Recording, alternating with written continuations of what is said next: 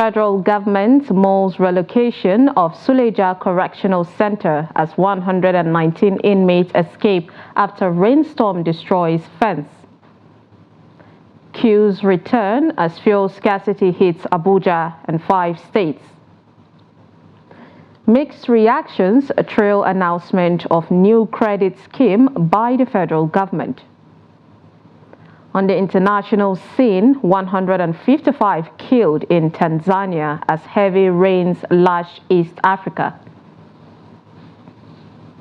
Hello and welcome to Trust News Hour. I am Sumaya Abubakar, and the details. The federal government says it is considering relocating the medium security custodial center in Suleja, Niger State, following the jailbreak that saw the escape of 119 inmates.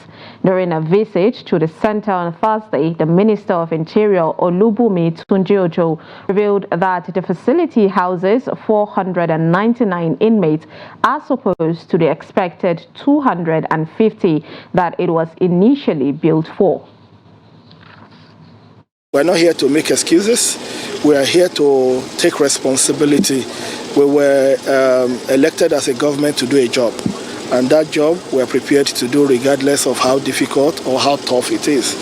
But we want to assure you that we are talking to sister agencies to make sure that we are able to synergize, collaborate, ensure that there's timely return, of these escapees, and you can be rest assured we'll put everything in place to make sure that this does not happen again. I said 119 escaped and 10 had been gotten, so we still have 109, at large. And let me say this was a facility that was built to house 250. And obviously, because of before the incident that happened, we had 499. This goes to what we keep talking about overcrowding in our correctional centers. So this is, as much as by the grace of God, I'm very optimistic we'll solve this problem, but it also gives us probing questions, and in every crisis, there's always an opportunity for greatness. The Nigerian military on Thursday closed its camp and withdrew troops in Alawa community in Shiroro local government area of Niger State.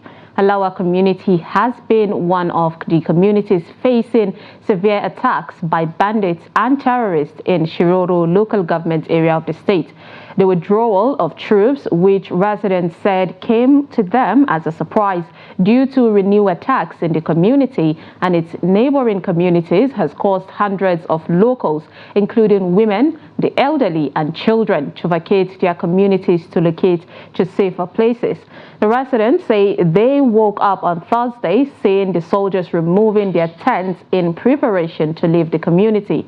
One of the locals who preferred anonymity said the withdrawal came 2 days after the military vehicle stepped on a landmine along Alawa Pandogari Road, which exploded and leaving in its wake an unspecified number of casualties.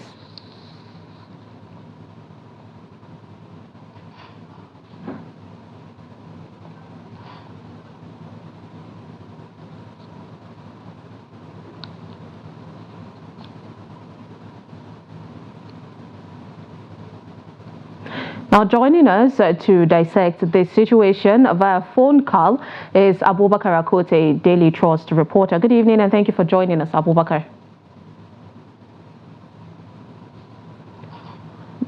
All right, I think we would have to come back to that. But then moving on, the Special Task Force Operation Safe Haven on Wednesday met with key stakeholders from Bokos and Mangu local government areas of Plateau State, following the recent resurgence of killing in the areas.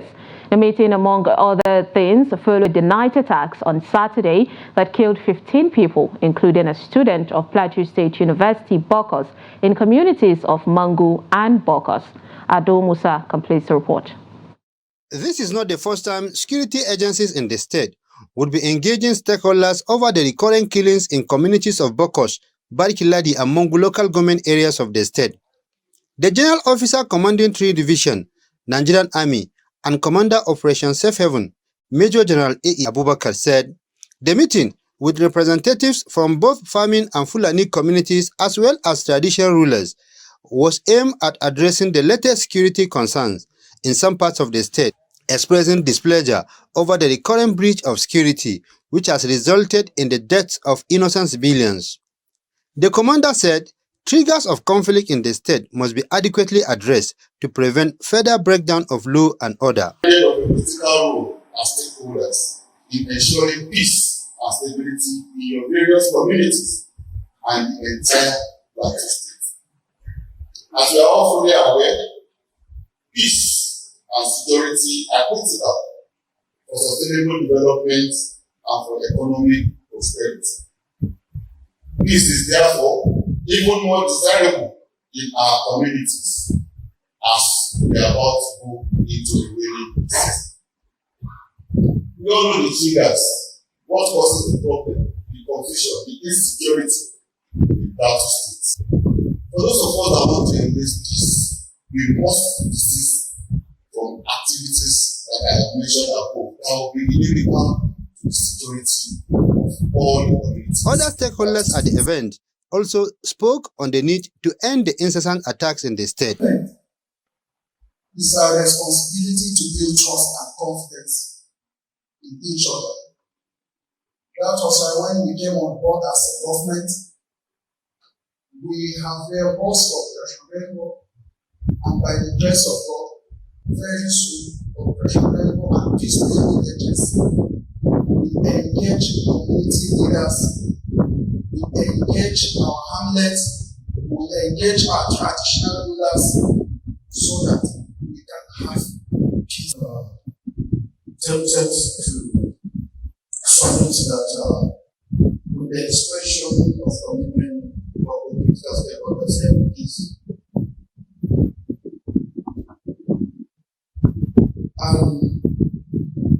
That focus and determination to achieve lasting peace in our communities. I want to believe here, possibly, all the people that are gathered, they are not actively involved or participating in the happenings in the state.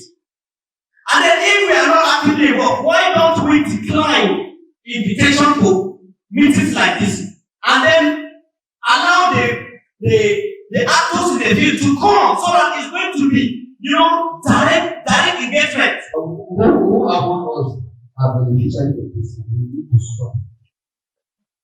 The serious problem that we are facing, based on the videos that we observe, most of the people are not following the constitution. Various stakeholders at the meeting emphasized the need for genuine dialogue and forgiveness between warring parties so as to ensure attainment of socio-economic prosperity in the state. Ado Musa, Trust TV News, Jos. All right, coming back to the Alawa community crisis of the Shiroro local government area, we have Abubakar Akote, the Daily Trust reporter, that will be giving us update on the current situation. Good evening, Abubakar. Thank you for joining us. It's my pleasure. All right, so has there been a confirmation of personnel withdrawal from the community officially? Yes, there has not been official confirmation. Aside the confirmation, the Commissioner for Homeland Security gave me in the morning confirming the withdrawal, although he said it's part of administrative arrangements of the military to strategize and come up with best ways to address the insecurity in the state. So he told you that they have to pull out first, re-strategize before they come back to secure the place. But wouldn't that be making the place vulnerable to banditry and terrorism? Is Abubakar still with us? All right, I think we lost Abubakar. We'll definitely bring you subsequent update on the situation. Moving on from Niger State, the FCT Police Command said it was aware of a video clip circulating online depicting a robbery incident allegedly occurring in the Federal Capital Territory involving a right-hand drive vehicle. The Command Public Relations Officer, SP Ade Josephine, in a statement on Thursday, said contrary to the narrative, the incident did not take place within the Federal Capital Territory. According to her, upon meticulous analysis of the video, it becomes evident that the robbery incident did not even occur in Nigeria. She said Nigeria does not allow RHD vehicles on its roads, neither are the roads fashioned to accommodate such cars as seen in the video. The Commissioner of Police, FCT, CP Bennett Igwe, urges those circulating the video to desist from such actions as it may cause apprehension and unwarranted panic among the populace. Operatives of the Bauchi Police Command, in collaboration with local hunters, have rescued 3 kidnapped victims from captivity. The command equally killed 8 bandits operating between the Bauchi and Plateau states borders during an operation.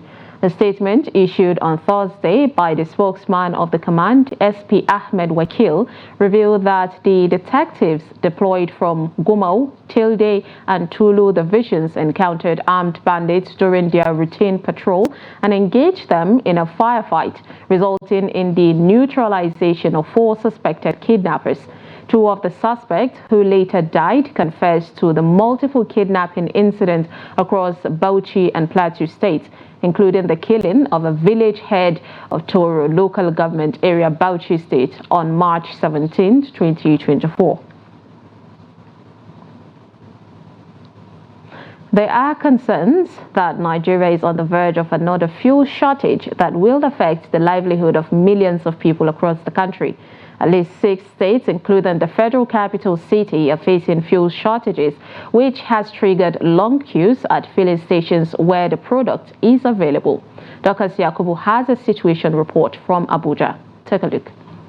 It is an all-too-familiar scene in Nigeria. Cars lining up in long queues, waiting to fill up on petrol due to scarcity.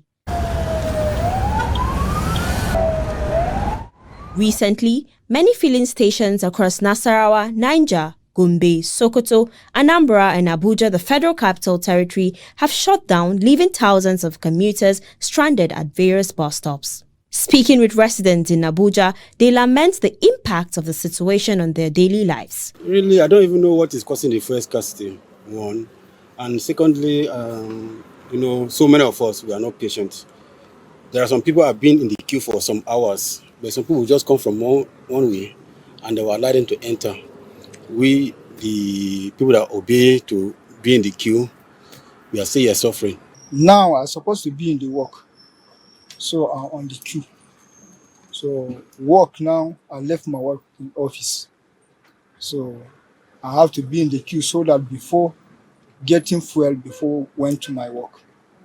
Sometimes I used to keep my car at home, enter transport, because of scarcity of fuel. If you see me, you know that it's not a plain matter at all. I've been here for over 4 hours. And the funniest part of since morning, I've been following from one filling station to the other. So even this one that I joined now, I just sacrificed a whole day today just to buy fuel. While there are visible long queues, ironically, black market traders have popped up along the roads with petrol in gallons ready to make a sale. When asked how they are able to access the product despite the perceived shortages, a black market trader had this to say. They don't sell to us in gallons, so we use motorcycle riders. They buy in their fuel tanks and sell to us. Residents have called on the government to prioritize reviving domestic refineries and subsidize fuel in order to mitigate the adverse effect on Nigerians. Government need to at least subsidize this fuel. At least let it come to 500. We can manage to buy it at 500.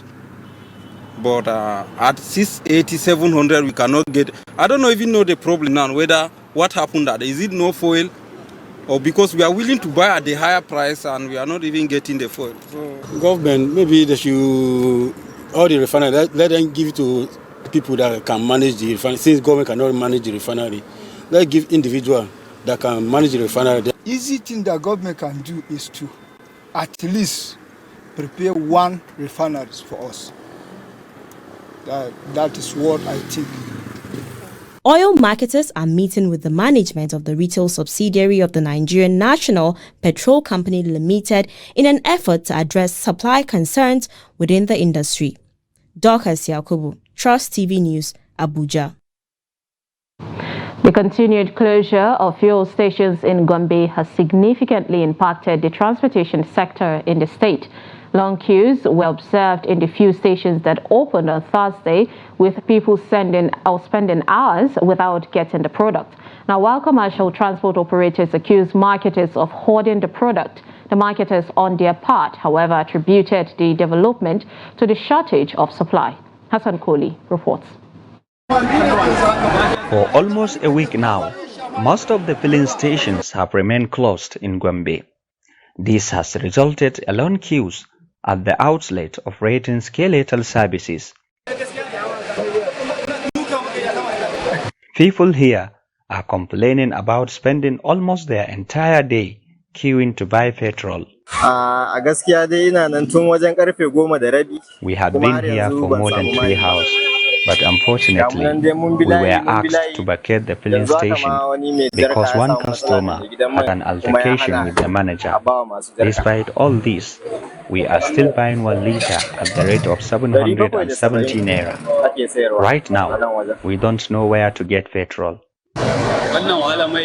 I solely rely on petrol to operate my tricycle, which is my means of livelihood. Earlier today, I bought a quota at the rate of 1,200 naira. The government knows everything and has what it takes to address it, but here we are, as if we have no leaders. I urge fellow Nigerians to pray and seek divine intervention. According to petroleum marketers, the development is largely due to a shortage of supply, assuring that all filling stations will be open once supply is restored. Port Harcourt, Wari and Calabar also are Lagos. So we have short of supply from the source. Inshallah, we are getting very soon. Inshallah, everything is going to be resolved by the grace of God. What is the reason why we people that we need cheap, and then when cheap come, we are appreciating, and then now it's cost, and then we people, some people that they don't have capacity to buy now. If it's cheap, so people they will buy more and more. Most of the residents who spoke with Trust TV said they are buying a liter of petrol at 730 to 800 naira, which is higher than the approved government price. Hassan Kohli, Trust TV News, Gombe. The lingering fuel scarcity is hitting hard on Katsina residents who are defying the scorching sun to waiting on long queues to buy petrol. Checks by Trust TV News reveal that most of the filling stations remain closed, while those selling the product are selling between 815 to 817 naira per litre. Abdullahi Yamadi in Katsina tells us more. The prolonged hardship occasioned by fuel subsidy removal in a country where majority are low-income earners is gradually becoming unbearable. Major marketers whose filling stations are few in Katsina are selling the commodity at government's price of 620 naira per litre, while independent marketers sell at different prices from 815 naira upwards.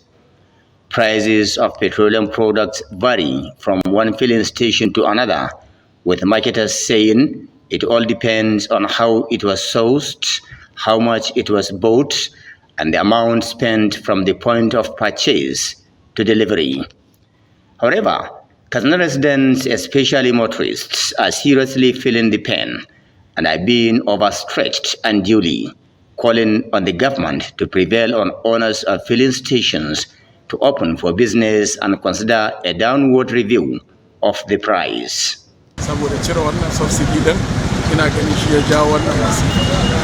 The earlier the government intervened, the better, because people have been pushed to the wall too much. Scarcity in almost everything because of fuel subsidy removal. Hunger everywhere in the land. What do you expect? Let me tell you, if nothing is done about it, Nigerians should forget about security. We are suffering, more suffering. We are suffering. If you go to the station, we spend 3 hours, 4 hours waiting for the queue.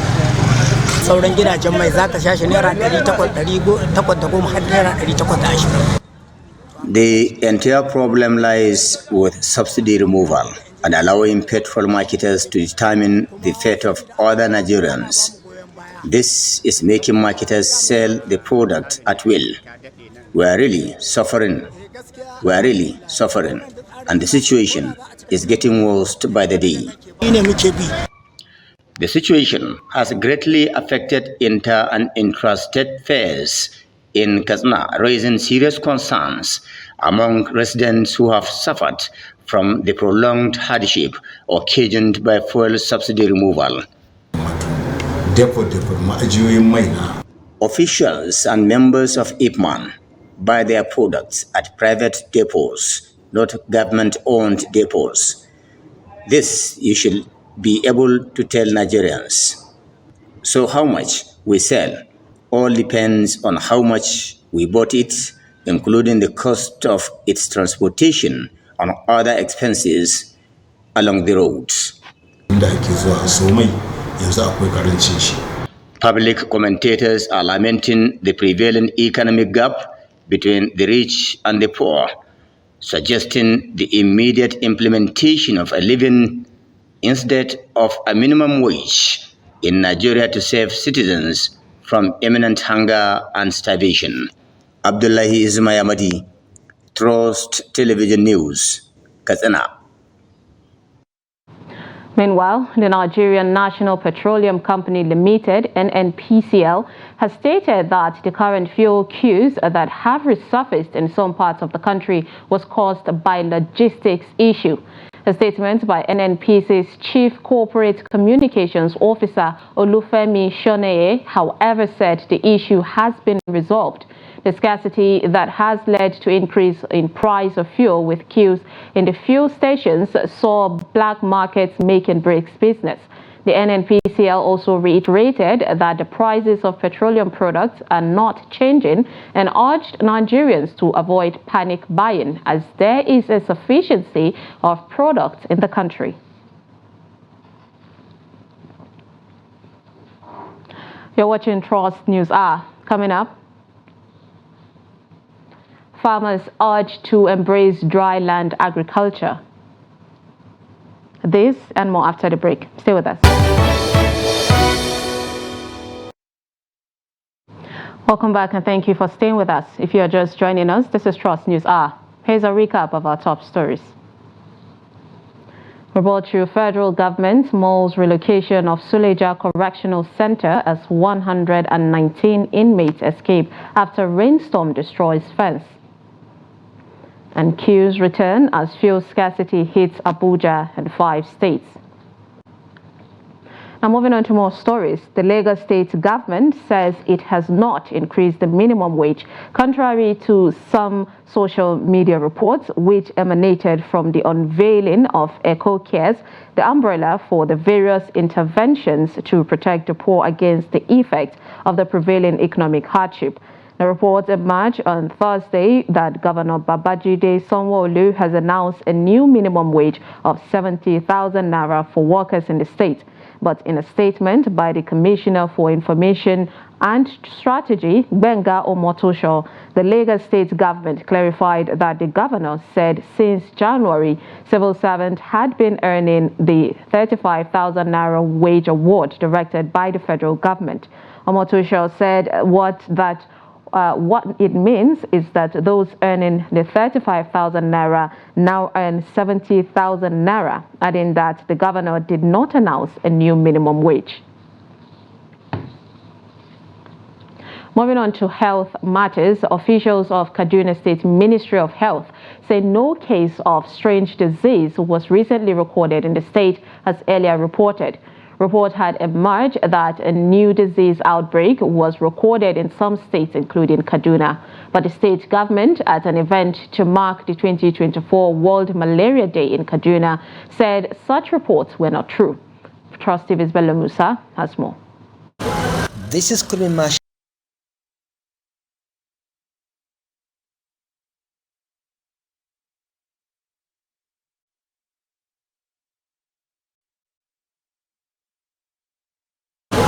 This is Kulimashi community located in Kaduna Metropolis. One of the challenges of the community is the prevalence of mosquitoes that lead to frequent cases of malaria in the area. Residents here are celebrating the day with concerns about the prevalence of mosquitoes that spread the malaria. Like in the night, if you come to this place, you see mosquitoes flying up and down, going up and down, getting into rooms, biting people. It used to bring it, so it will bring malaria. It brings malaria for people. So we don't know what to do. Please, if government can provide this net for us to be using, I think it's better. Well, it has to do with personal hygiene, because number one, you have to have a clean environment to ensure that mosquitoes don't grow around you. You clean your bushes, make sure there's no stagnant water around and things like that. So these are the easiest way that mosquito can breed and can infect people. In order to fight the disease that has affected communities like Kurmi Marshi, Kaduna State joins their counterpart world over to mark the day by reflecting on the challenges of preventing the disease and the way forward. Malaria is a disease of public health concern, with an estimated 247 million cases occurring globally, according to the World Malaria Report 2021. 27% of this burden occurs in the Federal Republic of Nigeria. In addition to this, we have over 400,000 deaths related to this disease being recorded. A malaria indicator survey in Nigeria has placed the incidence of this disease among children under 5 in Kaduna State as high as 16%. The Kaduna State Ministry of Health has established a robust partnership with international and donor organizations. Stakeholders say Nigeria alone accounts for more than 27% of the global malaria burden, as the country records about 55 million cases of malaria and approximately 90,000 malaria-related deaths. I think with continuous sensitization, letting the citizens know what steps or what is their role in this fight, it will go a long way. Every day is a malaria day because malaria is with us until we eradicate malaria completely, like some countries that did, like Cape Verde of recently eradicated malaria. There's no malaria in Cape Verde, like Algeria. Why don't our government take cue and have a very, very strong political will on malaria situation? The Kaduna State epidemiologist Jeremiah Dako debunks report that Kaduna State recorded a strange disease recently. For now, there's no strange disease in Kaduna State. We know it is in Sokoto State, as extended to Zamfara State, but for now we don't have in Kaduna State at the moment. So since we have it, we are prepared. We have rapid response teams that are ready to respond to any illness. World Malaria Day urges people to come together to prevent the spread of this disease. The theme for the 2024 is accelerating the fight against malaria for a more equitable world. Bella Musa, Trust TV News, Kaduna. Residents of Imo State have urged the state government to intensify the fight against malaria in order to ensure a safer and healthier state.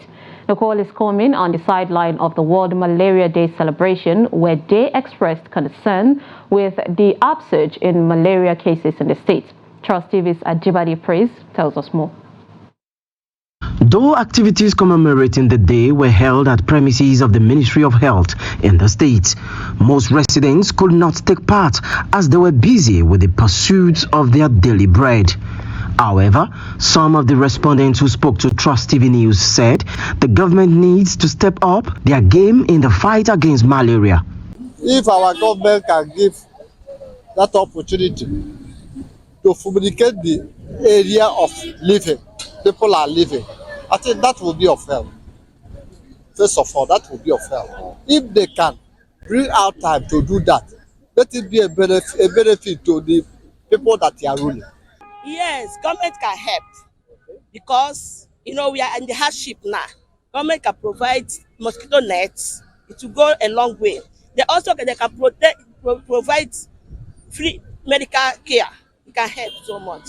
The Permanent Secretary, Ministry of Health, Austin Okoji, in response to the development, said the Governor Hope Uzodinma-led government is committed to ensuring that malaria is adequately addressed. The government has great political will. His Excellency, the Governor of Imo State, has given full support in terms of the malaria control program in the states, having made it possible that there is budget approval and there is equally budget release in support of interventions against malaria.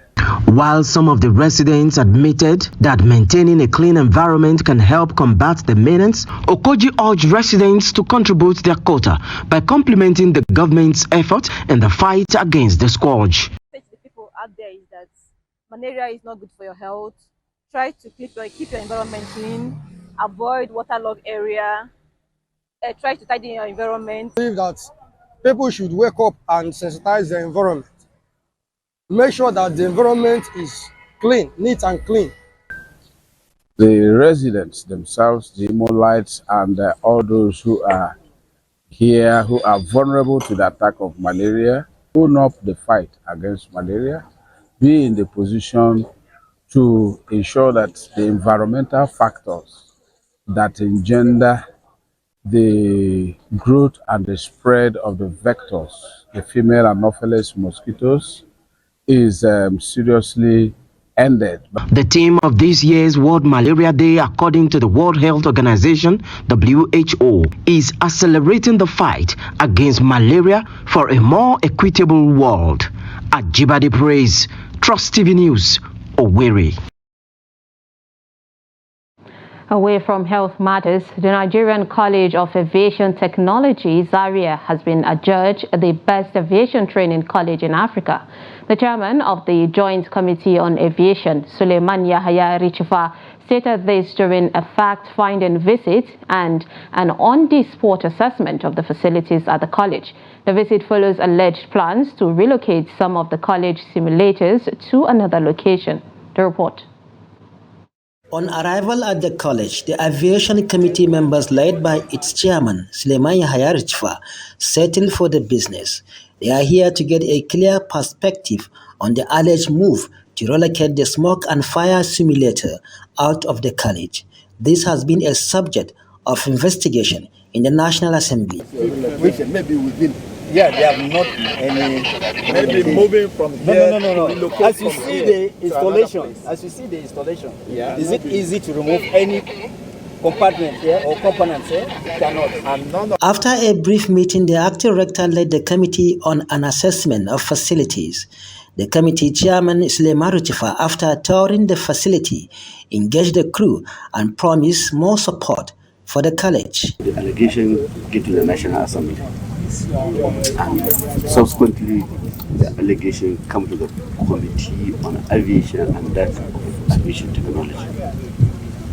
The Joint Committee invited the minister and he appeared before the committee.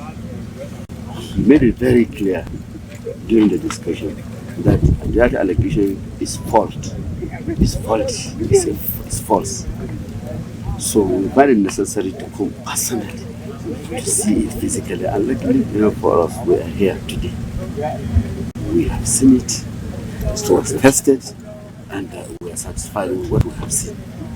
According to the acting rector of the college, the simulator, which is the best in Africa, has been put into use and has graduated its first set of trainees in 2023, while anticipating more trainees. Happy that they came, because before now, fabrications of lies that the simulator will be moved from here. But they have seen with their eyes that there is no way that this equipment can be moved from here, as demonstrated by the firefighting unit. So we are happy, and that will form a good report. We will be going to the National Assembly to answer many questions. But today, it is clear that nobody can move this from this place. The Joint Committee chairman advised the nation to fully utilize the college, as it appears to be underutilized. Bello Musa, Trust TV News, Kaduna. As climate change continues to pose a threat to agricultural production globally, experts are emphasizing the importance of dry land agriculture for addressing food insecurity in Africa. During a recent inspection of facilities at Bayero University, Kano, Africa Development Bank representatives highlighted the crucial role of research institutions. They believe such institutions are key to discovering new and modern farming techniques that promote sustainable agriculture in arid and semi-arid regions. Trust TV's correspondent Idris Jibrin reports. Agriculture is believed to be the key driver for the socio-economic development of any nation, and centers like this may just help address the threat of food insecurity in Africa. CDA has been doing very well for over 10 years.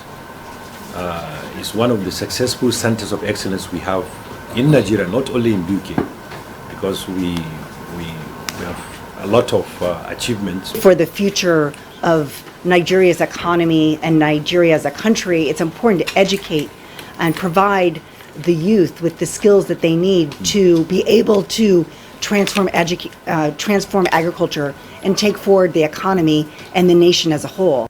These and several other concerns brings the Vice President of the Africa Development Bank to the Center for Dryland Agriculture of the Bayero University, Kano, to identify areas of collaboration that will help enhance modern agricultural practice for African nations. With the intervention last year with the National Agricultural Growth Scheme supported by the African Development Bank, we were able to get heat-tolerant wheat, which again is a variety of wheat that helps farmers plant in areas that are too hot, too dry for regular wheat. So this climate-adaptive approved variety, we're able to help farmers plant 150,000 hectares with this wheat. In order to effectively improve dryland agriculture, the bank will collaborate with the center in areas of research and training, as well as development of modern farming techniques to effectively combat the threat of climate change. There are about 2-3 areas. One is in areas of climate adaptation. The second is in the area of youth and entrepreneurship. Another area is in terms of modeling and climate adaptation to advise farmers. Then, of course, the bank is involved in many activities that try to de-risk farming. Fully equipped with modern laboratory facilities and demonstration farms, this center is now on the top list of the Africa Development Bank for empowerment. So I think we'll be coming together with our team here in Nigeria to see how we can best support this very, very impressive effort that we see here on the ground. This is a policy statement as far as the Africa Development Bank is concerned. A hope of a brighter future for the center is expected to be put into action in the next coming days. Idris Jibrin, Trust TV News, Kano. Stakeholders in the nation's financial sector have expressed mixed feelings with President Bola Tinubu's approval for the takeoff of the first phase of the Consumer Credit Scheme, the CCS, which aims to empower Nigerians to improve their quality of life through access of goods and services. Now, speaking with Trust TV's Lilian Ogazi in Abuja, they opined that if properly executed, the policy will have tremendous benefits for Nigerians. The report. The Consumer Credit Scheme, according to the federal government, will put money in the pockets of Nigerians, boost manufacturing and stimulate economic growth. To drive the scheme, the Nigerian Credit Corps has been set up and has launched a portal for Nigerians to express interest in the scheme.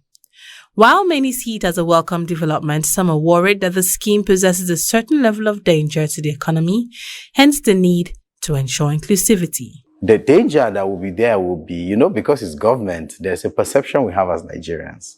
Anything government is free money. So somebody's thinking, don't worry. After a while, they will forget about it. We'll all go free. That is a very, very terrible misconception, because government is not going to be doling out the money on its own. It's going to go through certain checks, credit bureau checks and all of those. So it's not free money. For a marketplace saturated by loan sharks and notoriety of Nigerians towards paying back loans, what operating mechanisms have been put in place to retrieve monies collected under the scheme? Okay, yes, this is why we need this scheme much more than any other schemes, in the sense that it's going to bring the sanity and decency in credit system market. Yes, there is a need of credit system in our economy, and that is why you have a lot of private sector-driven credit facilities, and this is what the government is actually coming to put a place and give some level of sanity the way it should be run and the way it should manage. The consumer credit put together by Nigeria's Credit Corps has been initiated in line with the company's mandate to accelerate consumer credit access to 50% of working Nigerians by 2030. Stakeholders say the role of cooperative as well as the need to curb racketeering is crucial to the success of the scheme. A lot of people are here to pay back. But by the time this transaction is tied to assets, is tied to items, is tied to tangible items, the level of default is going to reduce. So for every items, for every vendor's products, items on the platform should have comprehensive insurance. If I'm taking a car from the platform, it should have a comprehensive insurance by my account. So just in case anything happens, the insurance company pays. If I'm taking a TV, there should be an insurance on the TV. So if federal government can take converse of all of this, I can assure you that there will be no racketeering and the platform meets the purpose it was meant for. As with every other loan scheme, working Nigerians through responsible payment will build credit histories, unlocking more opportunities for better life. For the first phase of the exercise, the deadline for expression of interest is Wednesday, May 15, 2024. Lilian Ogazi, Trust TV News, Abuja. In business, the Federal Competition and Consumer Protection Commission, FCCPC, says the recent price increase in multi-choice cable subscriptions will be reviewed by relevant stakeholders to ensure subscribers in Nigeria get value for their money. The acting CEO of FCCPC, Adamu Abdullahi, who spoke in an interview on Thursday, provided an update on the summons issued to the owner of the Chinese store in Abuja, accused of discriminatory and sharp practices.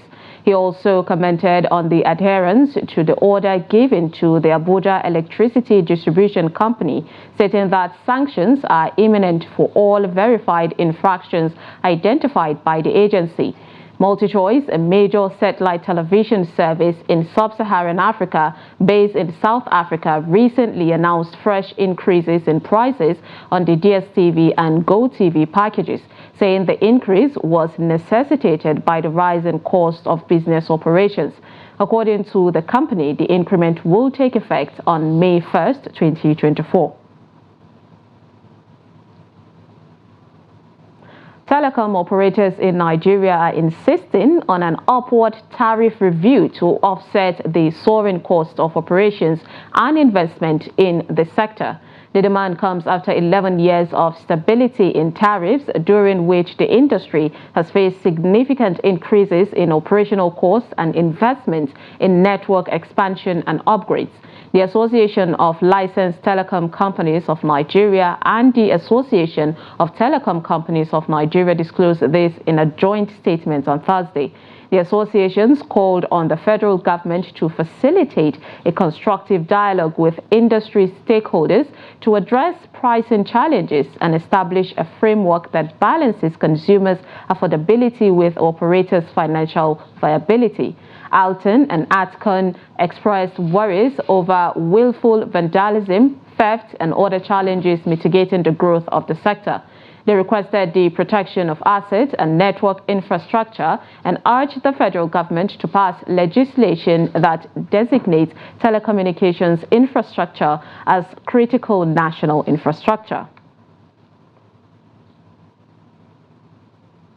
Let's join Yusuf Akogu for more business news update.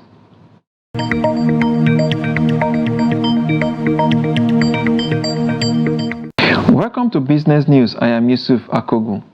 The federal government has recorded a 52.9% year-on-year increase in deficit spending to 12.86 trillion naira in 2023 from 8.41 trillion naira in 2022. The rise was driven by a 40.6% increase in expenditure, which moderated the impact of a 20% increase in revenue during the review period. Data on the physical activities of the federal government in the CBN Quarterly Economic Statistics Bulletin Stable for 2023 showed that the FG recorded retained revenue of 5.96 trillion naira in 2023, up by 20% from 4.97 trillion naira in 2022. The FG recorded the highest deficit spending of 1.68 trillion naira in March 2023. CBN's data showed that the actual deficit spending for the year exceeded the budget deficit of 13%. The Central Bank of Nigeria has denied instructing banks to restrict cryptocurrency accounts. In a post on X on Wednesday, CBN clarified that the circular did not originate from the bank, urging the public to visit its official website for authentic updates. According to the circular, all deposit money banks, DBMs, and non-bank financial institutions were directed to identify persons and entities transacting in cryptocurrencies and ensure such accounts are put on post-no debit instruction for 6 months. In February 2021, CBN issued a circular to deposit money banks and others to close accounts of persons or entities involved in cryptocurrency transactions within their systems. The regulator further warned local financial institutions against dealing in crypto assets or facilitating payment for crypto exchanges. Airfares across local destinations in Nigeria have remained high despite reports that Dangote Petroleum Refinery reduced prices of diesel and aviation fuel to 940 naira and 980 naira per litre respectively. This comes after its widely celebrated price reduction to 1,000 naira per litre barely 2 weeks ago. CEO Gina Travels and Tours Limited, Ondukwe Ginika Ogechi, said that since the aviation fuel constitutes major operating costs for airlines, they expect that ticket prices will reduce, but that has not happened yet. Reports say that aviation fuel currently takes about 45% of airlines' operating costs. Foreign investors are buying Nigeria stocks again after an extended time off due to dollar shortages, made worse by the Central Bank of Nigeria capital controls. Equities market returned to green zone this Thursday. Let's see how it went down. We've seen the likes of Transcohort gaining 9.75% to close at 96 naira and 50 kobo per share. Livestock feeds up there 9.42% to close at 1 naira and 51 kobo per share. Of course, Tuno Assurance, an insurance firm listed on the NGS, closed positive 7.44% to close at 1 naira and 30 kobo per share. Of course, this has pushed up the market by marginally though 0.05%. Of course, volume of trade 297.202 million shares, value at 6.516 billion naira in a list of 7,417 lead exchanges among investors today. Of course, the all-share index still way below 100,000 basis points as it were. Top trading equities, Zenith Bank leading that table today, 47.200 million shares, followed by Access Corporation, 37.471 million shares. And of course, Transcorp Nigerian PLC also up there, 27.638 million shares it traded for the day. We have some equities that did not do well at the close of business today. They ended up on the losing side of the market. Sovereign Insurance lead that table with 10%, closed at 36 kobo per share. Sterling from the banking segment of the market, 9.69% it lost to close at 3 naira and 82 kobo per share. Of course, International Energy Insurance down 9.30% to close at 1 naira and 17 kobo per share as well. That's the highlight of the stock trading as it went down this Thursday on the floor of NGS. Let's see the global stock market for today.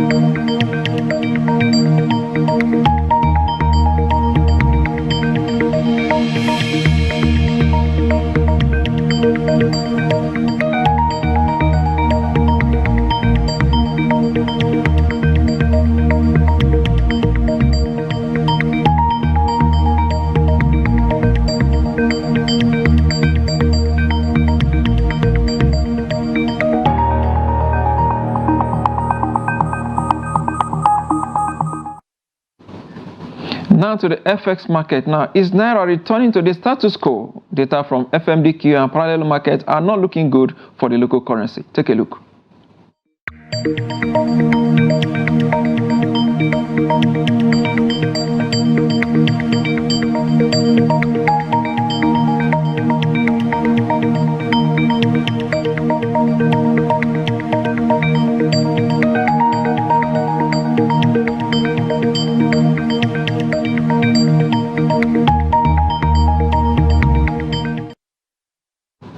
Crude oil futures pulled back on Thursday after United States economic growth falls below expectations. Gross domestic product was much softer than expected in the first quarter, coming in at 1.6% on annualized basis compared to 2.4% projected by economists at Dow Jones. The slower economic growth is expected to weigh in on crude oil demand. At the London market, Brent crude sells for $88 per barrel. For the oil basket, price drops to $86 per barrel. And that's business. I am Yusuf Akogo.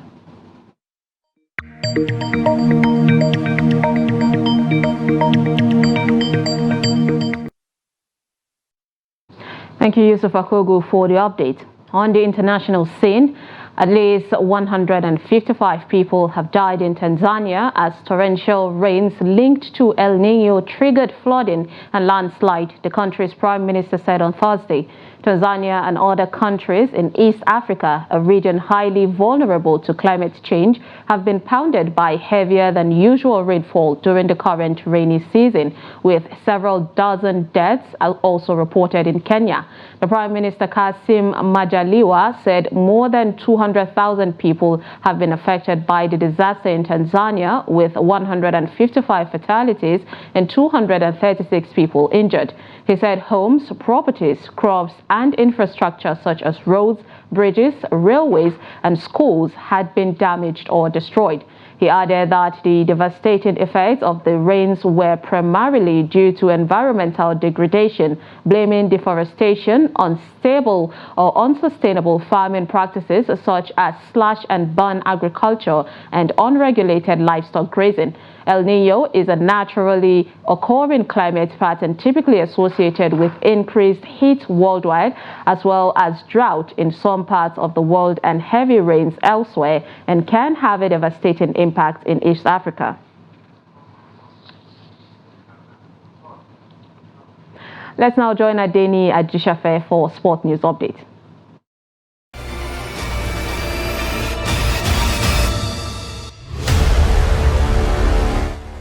Ahead of the 2024 Olympic Games qualifier, Nigeria's women beach volleyball team will resume camp on Friday. The team coached by Kayode Ajilore qualified for Olympic qualifier after finishing third at the 2023 African Games in Ghana. Host nation France is automatically granted one out of the 24 sports, while the United States, winners of the 2023 FIVB Beach Volleyball World Championship, also secured the sport. The African Beach Volleyball qualifier will hold in Morocco from June 19 to 23, 2024. And in football, Nigerian Football Federation President Ibrahim Gusso has expressed optimism that Nigerian senior women's soccer team Super Falcons will do well at the Olympic Games slated for Paris in July 2024. The president said the team will play better to surpass its performance at the FIFA Women's World Cup, co-hosted by Australia and New Zealand in 2023, where the Falcons crashed out after a penalty shootout against England in the round of 16. Super Falcons are drawn in Group C of the Paris 2024 women's football event alongside world champions Spain, former champions Japan, and women's football giants Brazil.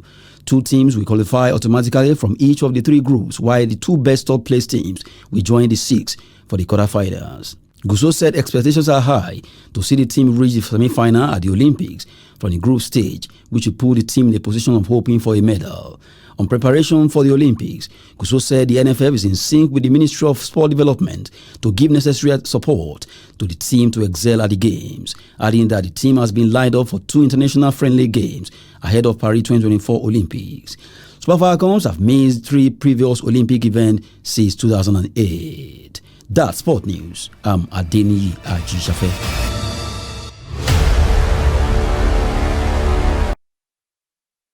And with that, we wrap up Trust News Hour on Trust TV. Of course, do not forget to follow us across all our social media platforms and join our YouTube live stream for more news programs and documentaries. I am Sumaya Abubakar. Thanks for watching. Good night.